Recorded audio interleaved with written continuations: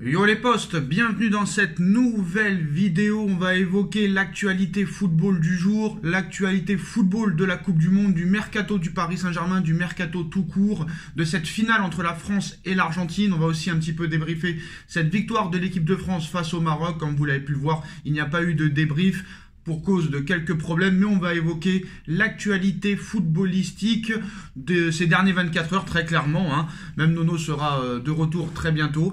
Alors on va parler d'abord, avant de parler de l'actualité chaude, de France-Argentine, du mercato parisien qui va s'approcher, qui va s'accélérer, qui pourrait être dingue cet hiver, le mercato du Real, ce duel entre Lionel Messi et Kylian Mbappé en finale de Coupe du Monde, c'est historique.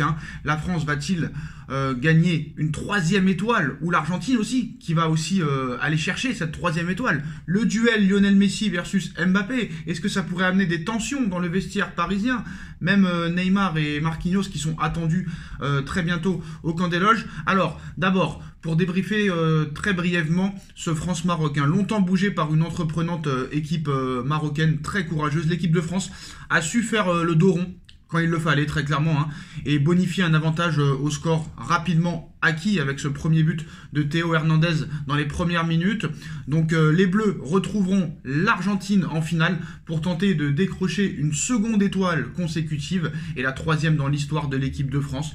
Alors voilà, l'équipe de France l'a remporté face au Maroc, 2-0. Quel parcours des Marocains demi-finalistes de Coupe du Monde. Il y aura ce match pour la troisième place contre la Croatie. Mais félicitations au Maroc, demi-finale, première équipe africaine à atteindre les demi-finales, et félicitations aussi à l'équipe de France. Alors Théo Hernandez à la 5e, Kolo Muani à la 79e. Comme vous avez pu le voir au début du match, Adrien Rabiot et Upamecano étaient forfaits très clairement. Donc on pouvait penser aussi que ça allait être compliqué pour l'équipe de France face à une équipe très solide du Maroc. Antoine Griezmann a été encore une fois exceptionnel dans l'entrejeu. On a vu un bon Lloris, un bon Koundé, un bon Varane, un très bon Konaté, franchement, qui m'a très clairement surpris. Il a été incroyable, honnêtement. Tchouaméni au milieu de terrain a été aussi assez satisfaisant. Dembélé toujours autant catastrophique, faudra en parler. Est-ce que il doit aller sur le banc? Giroud a beaucoup raté, Giroud a eu beaucoup d'occasions, et Mbappé a été très moyen. Mais voilà, une équipe marocaine quand même qui a mérité d'aller en demi-finale, et très clairement peut-être que les meilleures années arrivent pour eux. Très clairement, il y a une Coupe d'Afrique qui arrive très bientôt. Donc on verra ce qui se passera. En tout cas, après la victoire de l'Argentine et le match incroyable de Léo Messi, l'Argentine retrouvera l'équipe de France. Lionel Messi versus Kylian Mbappé dimanche. Comment ça va se passer? On sera tous derrière les Français. Les deux meilleurs Parisiens qui vont s'affronter. Dommage que Neymar n'est plus là, mais bon voilà, il n'y a que deux équipes en finale, très clairement. Alors, on a vu que Lionel Messi n'a pas participé à l'entraînement du jour. On va pas prendre de risque du côté de l'Argentine. Comme vous le savez, Lionel Messi a été incroyable pendant cette Coupe du Monde, notamment sur le dernier match. On a vu que Didier Deschamps a parlé déjà d'un plan anti-Messi, très clairement, parce que voilà, c'est lui qui amène cette équipe de l'Argentine en finale, on va pas se mentir. C'est lui qui rend meilleur les joueurs à côté de lui, très clairement. Alors maintenant, les médias s'en donnent à cœur joie pour comparer les statistiques entre Lionel Messi et Kylian Mbappé. On a vu que tout le monde s'est incliné devant le maestro Lionel Messi, qui fait quand même une meilleure Coupe du Monde que Mbappé. On va pas se mentir, c'est la vérité. Donc maintenant, ça va se prouver sur le terrain, ça va se battre sur le terrain. Alors maintenant, qui va l'emporter? Qui est favori? Très clairement, alors pour moi, à l'expérience, je dirais que la France est quand même légèrement favorite. On a vu quand même que Upamecano et Rabiot vont revenir très vite dans le groupe. On a même parlé d'une possibilité de voir Karim Benzema jouer cette finale de Coupe du Monde, mais ça a été vite, très vite démenti. Alors maintenant, je pense que les Argentins aussi veulent régler leur compte avec les Bleus. On se rappelle de ce 8e de finale de Coupe du Monde en 2018 qui avait été perdu par cette équipe d'Argentine 4-3. On se rappelle avec un Kylian Mbappé assez exceptionnel. Alors c'est vrai que le duel Mbappé-Messi affole la presse mondiale. Argentine-France, c'est la finale de la Coupe du Monde au Qatar. Un match qui opposera les deux stars et coéquipiers en club au Paris Saint-Germain, Kylian Mbappé et Lionel Messi. Une opposition qui affole la planète football. Alors voilà, bon, très clairement, la planète football va saliver devant ce duel. On espère voir un grand match. On espère voir un match de légende. La France a prévenu déjà l'Argentine. C'est que du bonheur maintenant, très clairement. On va avoir un très gros match. Mais la Bicéleste, l'Argentine et Lionel Messi préparent leur revanche de 2018. Il va falloir faire très attention et je pense que Didier Deschamps est très pragmatique et on est conscient que très clairement l'Argentine va tout donner. On a vu aussi que le Maroc a porté réclamation contre l'arbitrage. Voilà, la Fédération marocaine de football a décidé de déposer une réclamation officielle concernant l'arbitrage de la demi-finale entre la France et le Maroc. On sait très bien que ça ne donnera rien. C'est sûrement pour la forme, très clairement.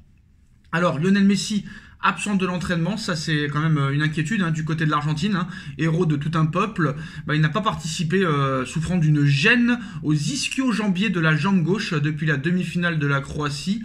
Voilà, si les hommes de Scaloni ont malgré tout pu compter sur le retour d'Angel Di Maria pour cette finale face à la France et que personne ne s'inquiète, outre mesure de cette blessure contractée, nul doute que l'Argentine retiendra son souffle dans les prochaines heures. Présent en zone mixte après la qualification, Lionel Messi avait lui assuré que tout allait bien, donc je pense qu'il est le mieux placé pour en parler. Très clairement, mais c'est vrai que ce serait un très très coup dur pour l'Argentine si Léo Messi ne pouvait pas participer à cette Coupe du Monde, mais je pense qu'il sera là, je pense qu'il n'y aura pas de problème. En ce qui concerne le mercato parisien, les postos, là il y a beaucoup à dire. Déjà, petite info mercato Real Madrid, Endrick c'est fait, c'est bouclé, c'est officiel. Le Real Madrid a cassé sa tirelire, 70 millions d'euros, bonus compris pour s'attacher les services du nouveau talent brésilien annoncé. Donc voilà, Endrick et je ne sais pas. Alors Endrick au Real, c'est fait. Maintenant, l'actualité aussi parisienne, le mercato va arriver très bientôt, dans 2 semaines maintenant. Pour rappel, Rabiot et Upamecano devraient être aptes pour la finale dimanche face à l'Argentine. Du côté du Paris Saint-Germain, Neymar et Marquinhos étaient attendus lundi au camp des loges pour leur retour avec le Paris Saint-Germain ce lundi. On a vu aussi que Neymar et Marquinhos ne feront finalement pas leur retour à l'entraînement du Paris Saint-Germain ce lundi. Le staff ne veut rien précipiter avec eux. C'est vrai que le Brésil a reçu un choc après cette élimination, ce pénalty raté par Marquinhos. Alors Kylian Mbappé, Léo Messi et Achraf Hakimi seront absents contre Strasbourg le 28 décembre prochain et devraient très certainement être aussi absents pour le choc de cette Ligue 1 contre Lens le 1er janvier. Ça, c'est une mauvaise nouvelle par contre. Cela est causé par le fait qu'ils ont encore un match de Coupe du Monde à jouer. Très clairement, c'est pour ça. Il y a un match pour la 3e place du côté du Maroc et il y a cette finale. Il y a cette finale que tout le monde attend. Donc très clairement, pour l'instant, les mondialistes ne sont pas prêts de revenir. Il va falloir que Christophe Galtier s'adapte avec cela. En ce qui concerne maintenant le mercato parisien, 2 très grosses informations, les postos. On va commencer avec Joao Félix, qui veut jouer au Paris Saint-Germain. L'Atlético Madrid veut s'en débarrasser, excusez-moi, et demande entre 130 et 140 millions d'euros. Le Paris Saint-Germain serait l'option évidente si le Portugais quitte l'Atlético Madrid, mais le Paris Saint-Germain ne dépensera jamais 140 millions d'euros pour Joao Félix cet hiver. Donc on parle toujours d'un prêt payant avec une option d'achat.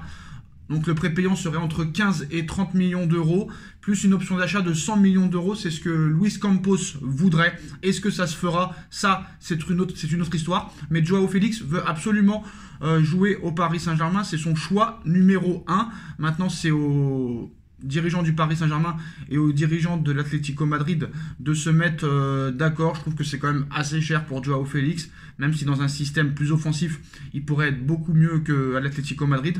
Et le Paris Saint-Germain ne lâche pas Dusan Vlahovic, toujours prêt à renforcer son attaque.